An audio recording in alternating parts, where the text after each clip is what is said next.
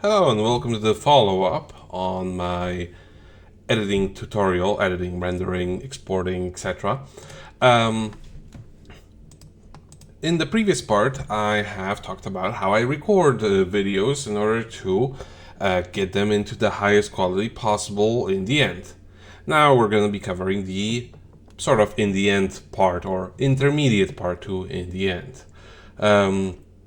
Right here, I have the emulator footage from a terrible DS Harry Potter game, because I hate myself, and I mean, look at this face.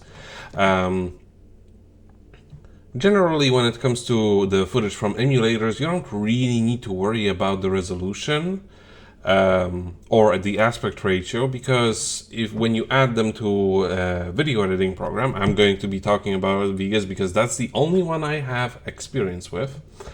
It will just automatically set it to the correct resolution.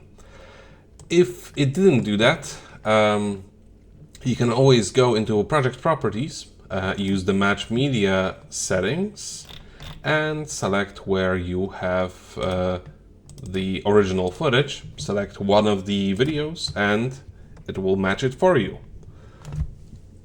When it comes to project properties, the ones that are of importance is full resolution quality, best. Why would you sell for anything less than that? And resample should be set to disable. There is no need for smart resample unless you really want to add motion blur into everything that's a different frame rate. But we're not gonna worry about that. When it comes to the resolution and cropping, you don't really need to do any cropping because emulator footage will always show everything in the exact pixel aspect ratio, etc. that it was dumped on from that it was dumped in from BizHawk or whatever emulator you're using. So not really relevant. The aspect ratio may be a little bit different depending on the console.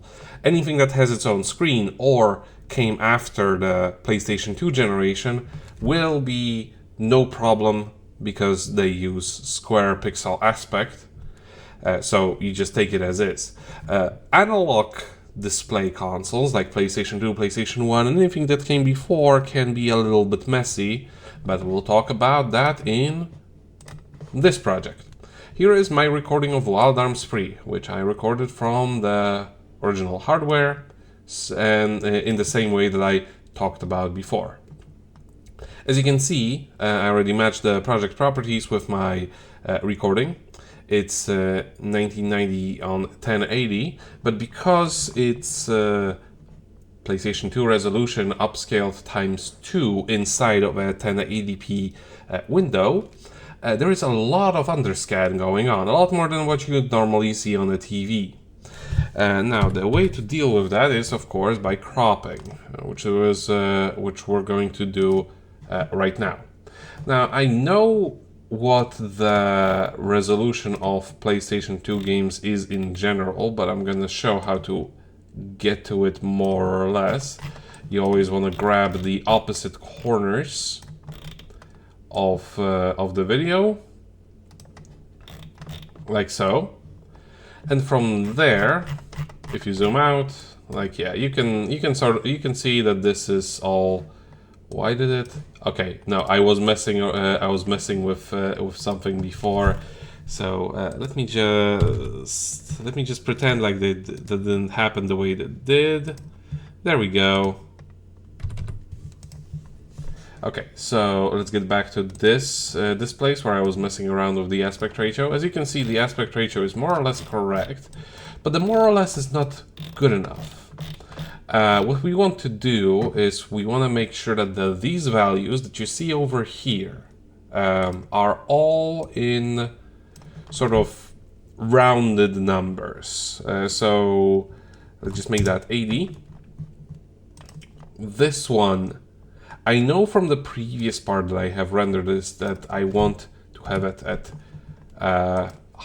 862. And we also want to make sure that these values, the decimals, are on zeros. And now you can see that this is a little bit off. We can always just look at where it needs to be recentered. Now the Y value, I'm going to put this a little bit like so, and if everything went correctly, this corner over here should also be right. Yeah. So this is what we get. Now we want to take this and paste it right at the beginning of the clip. And when we have a clip that's set up the way we want, we copy it and we mark everything. You press double D or select this little selection edit tool and right click, paste event attributes. And now every single clip has the same cropping. But we're not done yet. Now you see the project resolution does not match this resolution. And that's a problem because Sony Vegas is pretty notorious for having very aggressive bilinear filtering on anything that needs to be upscaled or downscaled or whatever. Anything that doesn't match the properties of the project. In any case, where were we? Yes. Matching the resolution of the media makes it sharper. That's the important part. And it also makes it better for rendering. Now actually I'm not gonna render anything because I prepared everything ahead. I'm so thoughtful. It's not because I tried to do this video 3 times already. The one thing that I wanted to mention also, it's markers, like these ones. Markers are very handy for when you want to do chapters in a video and your video is like 18 hours long and then you don't know where you left things or what's happening anymore. What is the plot? What makes it useful is not just because you can click on a marker and know exactly where when it happened, thus being able to write it down in your video description so people could jump to that moment, but it's because you can click on View, Window, Edit Details, and you will be able to see all of them. That's not even half of it. You can just press on this rectangle over here in the top left corner and press Ctrl C to copy it and then paste it into your description or your text editor, and then you will be able to just use this as time codes with the names and everything. Just need to remove the .00 or .13 or whatever it is, the amount of frames that was in a given second at a given moment. But yes, after everything is set up, you'll want to mark the part that you want to render, select render as, and I've been playing around with a bunch of things behind the camera, and you will want to go to a video for Windows AVI concept. Pick whichever one you want. It doesn't really matter. I already have one that is ready, but I'm just going to show off from anything. And you will want to select the video format, set it to Lagerif lossless codec. If you don't have this option, go to search on the Google and you will be able to find this codec and install it on your computer. Now I picked this one because this is the most wrong that it could possibly be. What we want to do for frame rate is to basically match exactly what we have in the video. Field order, we don't live in Stone Age, so we don't want to have field order of any kind. This is for interlaced video only. And pixel aspect ratio, 1. Just 1. It's perfect. And when it comes to frame size, you can insert a custom frame size because it's never going to match with whatever you're going to come up with this. Or just use project settings. Done. It's going to copy whatever your project settings are, which is exactly what we want. And then give it a name and save it. I already have it, so I already have mine, so I'm not going to save it. By the way, the interleave every frame, I don't exactly know what this does, but I've always been doing it this way, and it's not come out wrong, so I'm just keeping it the way it is. The lossless codec is pretty heavy, but it's not going to be very heavy at this resolution. So, fast forward in the future. I already have this video, proof of concept. This is the video that I rendered from Vegas, as you can see here. It's done in Lagareth. It's 20 gigabytes in size for 11 minutes. It's a little bit heavy. Of course, bigger videos are also going to be heavier. But it's not that bad. It's not that bad.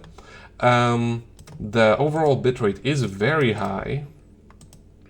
Now, for comparison, oh no, I'm not gonna spoil the surprise. It's gonna be fun. Now we go to the next step. The next step is upscaling the video that we have, because as nice as this video looks when you play it,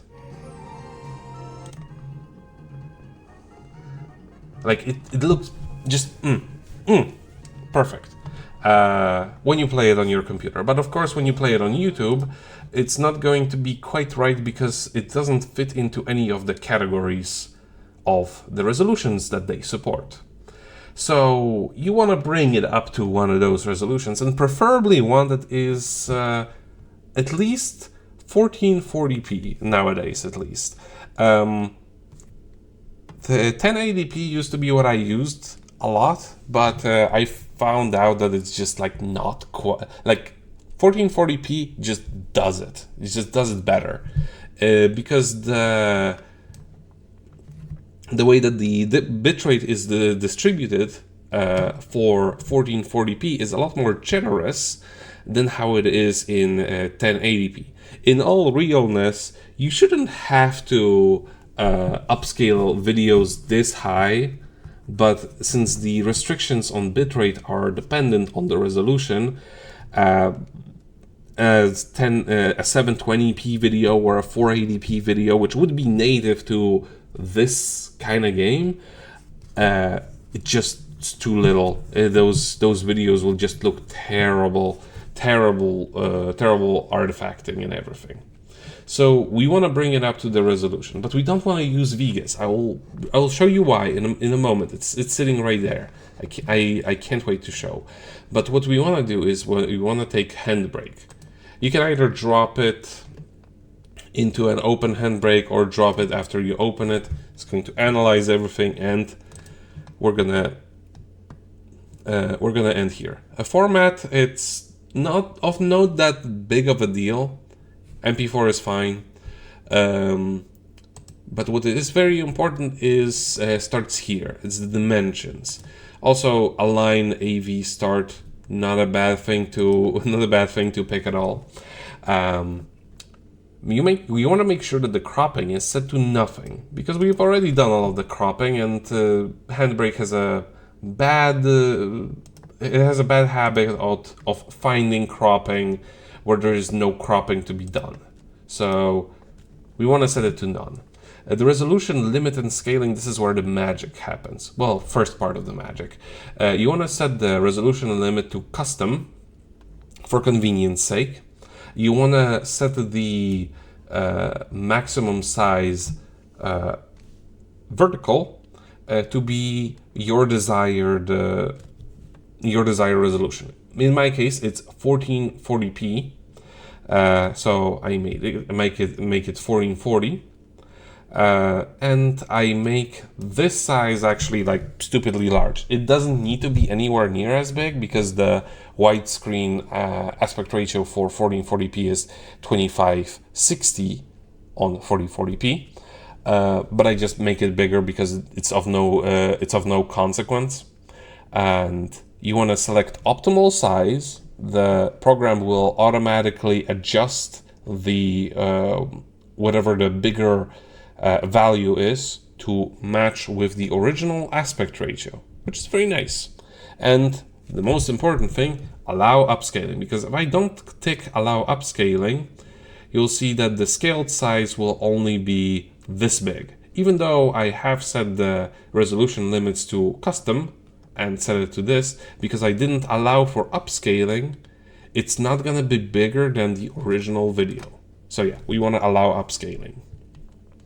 Borders, never touched anything with this. When it comes to filters, you wanna make sure that everything is turned off.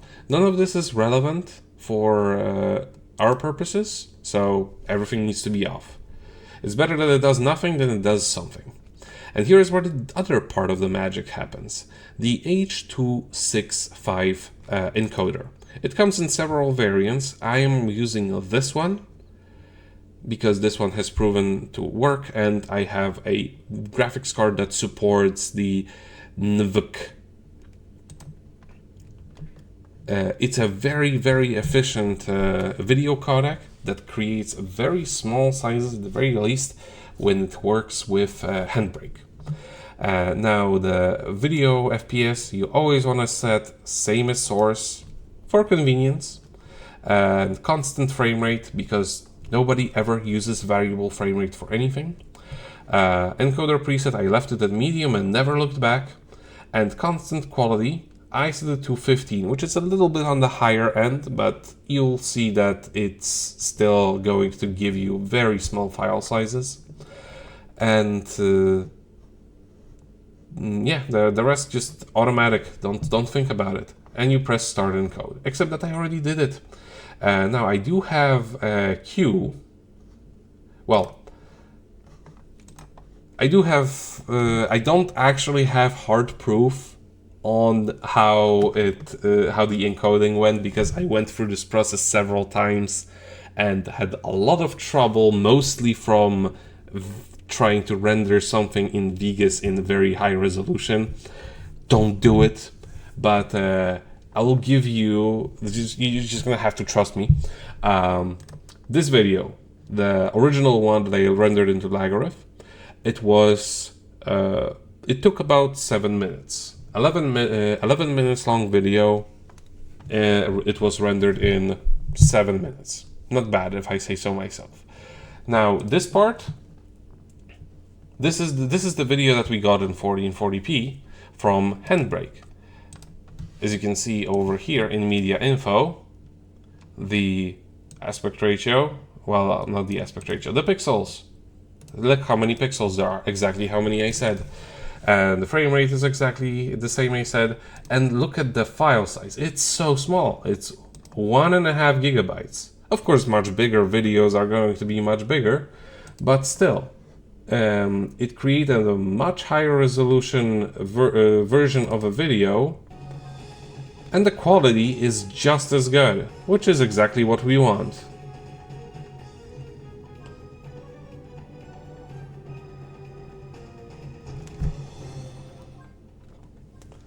Let's just get into a fight so we can see some of the filtering. Of course, the quality is going to get shed on by YouTube encoding, regardless, but it's going to be much less in 1440p. Maybe it will even be decent, because this game is very notorious for its filtering. Maybe you will be able to see it in this video, maybe not, but it has that watercolor raining down from the top right corner of the screen towards the bottom left corner of the screen effect, sort of similar to what you see in Valkyria Chronicles.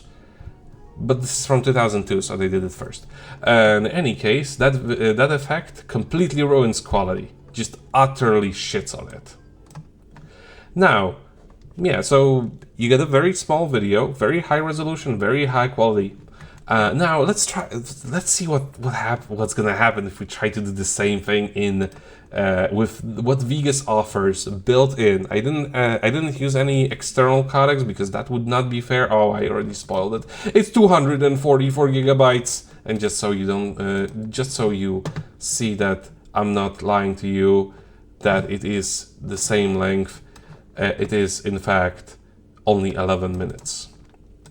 11 minutes, 244 gigabytes. It is the same resolution as this, but it's like, it's like it's like 2,000%. No, 20,000% bigger. I can't count right now. It's humongous difference. And also, the only codec that I was able to make work in 1440p out of Vegas that would be supported by YouTube also fucked up the color space, and also it plays back like this. Let's just wait for another crunch.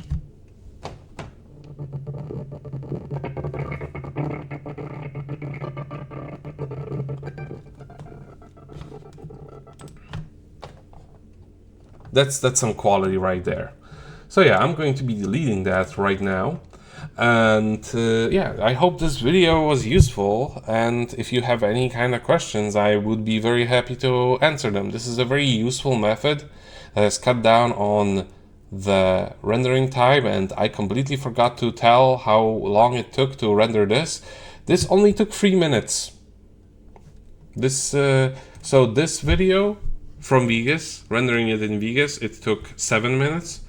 And this video, rendering it in Handbrake, upscaling it to 1440p, 3 minutes. 7 minutes, 3 minutes. In the end, you're about 11 minutes done. In 11 minutes, you're done with your video. The video that I just deleted, on the flip side, it took half an hour. And it was 244 gigabytes for 11 minutes. 11 minutes. So, I hope you can see the benefits of using my method against whatever the hell Vegas offers. And if there is maybe an easier method, I would love to hear about it. But so far, I'm pretty happy with this. And thank you very much for watching, and have a nice day.